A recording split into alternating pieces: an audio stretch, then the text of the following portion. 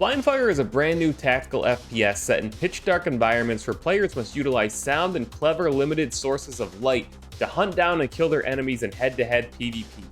Revealed during the Xbox partner preview this month, Blindfire is out now in early access on PC and Xbox, with a PlayStation version coming later. I've spent some time creeping through the dark and taking people down like John Wick, and I'm here to tell you, although what we're playing now is clearly just a slice of the game that it will become, Blindfire is a thrilling blast to play and you need to try it. Let's talk. So here's how Blindfire works.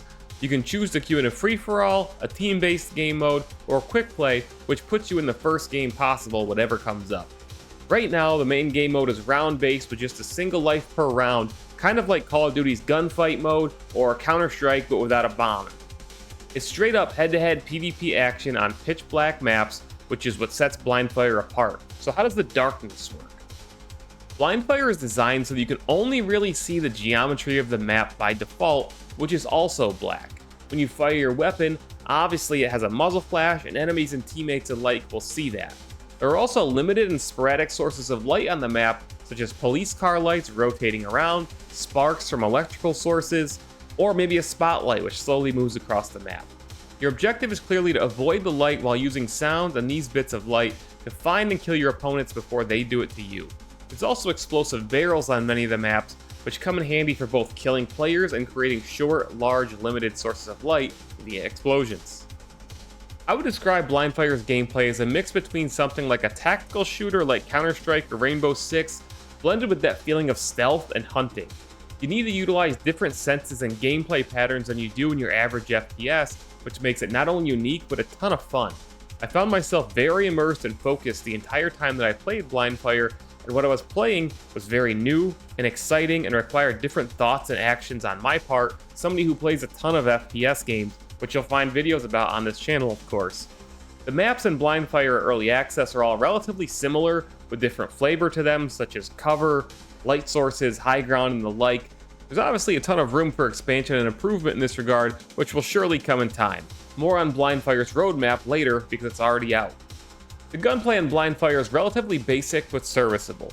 As of the early access launch, there's just a single pistol and shotgun in the game, with each round choosing just one of the two weapons for all players. Everybody gets the same gun each round, so it's never pistol versus shotgun or shotgun versus pistol. It's pistol versus pistol or shotgun versus shotgun, but that's really all it needs to achieve the experience that developers at Double 11 are going for. This isn't PUBG where controlling your recoil matters, or Counter-Strike where memorizing the spray pattern of your AK is what makes the game. Navigating the darkness, locating your opponents via audio, and outsmarting them to keep yourself obscured does. While it goes without saying that more guns would immediately add a lot of variety to Blindfire, the roadmap for the game showcases plans to do just that. More guns, utility, maps, and modes are all on the way. It's also important to note that because of the way that Blindfire is designed and programmed, you can't cheat the game by adjusting brightness or gamma sliders. Double 11 was conscious of this potential exploit and built the game in a way that its darkness is not impacted by these things. It's true blacks on your screen, if that makes sense. There are really cool moments, however, when the game starts to force players out of darkness and into combat when random light sources start popping up because a round is going on too long and one team hasn't secured victory yet. This is achieved via blacklight, which illuminates some really cool neon RGB looking maps, character and weapon skins hiding in the darkness that you never knew existed otherwise until these moments happen. It also means that your character has two distinct looks. One, normal skin, and then one like blacklight lit skin, which is also another cool touch. As of now, Blindfire costs $8.99 in early access and available on Steam, the Epic Games Store, support a creator code MAYOR by the way, the Windows Store, and Xbox. The biggest challenge that Blindfire will have is attracting a consistent player base, something that virtually every new multiplayer game must figure out in 2024. I'm a big fan of Spectre Divide, and that game is going through that challenge. Progression is obviously coming as part of the roadmap, along with more variety in gameplay, and I would hope some kind of ranked or competitive experience eventually. I can't say whether Double 11 plans to go free to play with Blindfire at some point after early access, but it certainly seems like it would be a wise play, though it's important to note that right now, Blindfire features absolutely zero store, paid skins, loot boxes, or battle pass to generate revenue from. Perhaps short-term plays such as inclusion on Xbox Game Pass, the free Epic Games of the Month, Humble Choice, Prime Gaming, and eventually PlayStation Plus could help boost the player base until that happens, which is obviously essential. In order to succeed, the game needs a player base, period. And it deserves it, because it's fun and unique. I couldn't stop smiling while playing it. When I play a game that I truly love and find engaging, I can't help myself. Blindfire is one of those games.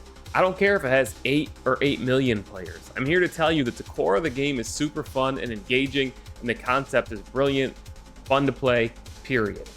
I can't wait to watch it expand and evolve over time as 011 adds more and more modes, maps, and weapons to the game. And I highly recommend that everybody give it a shot.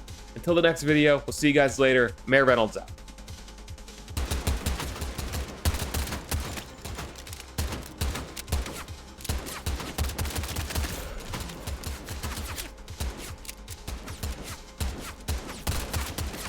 Dude, these guys just...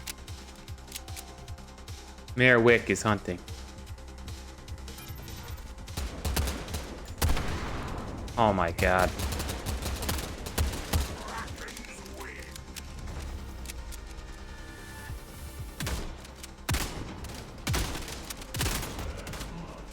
That's all just... That's not a big deal. That's just marketing terms.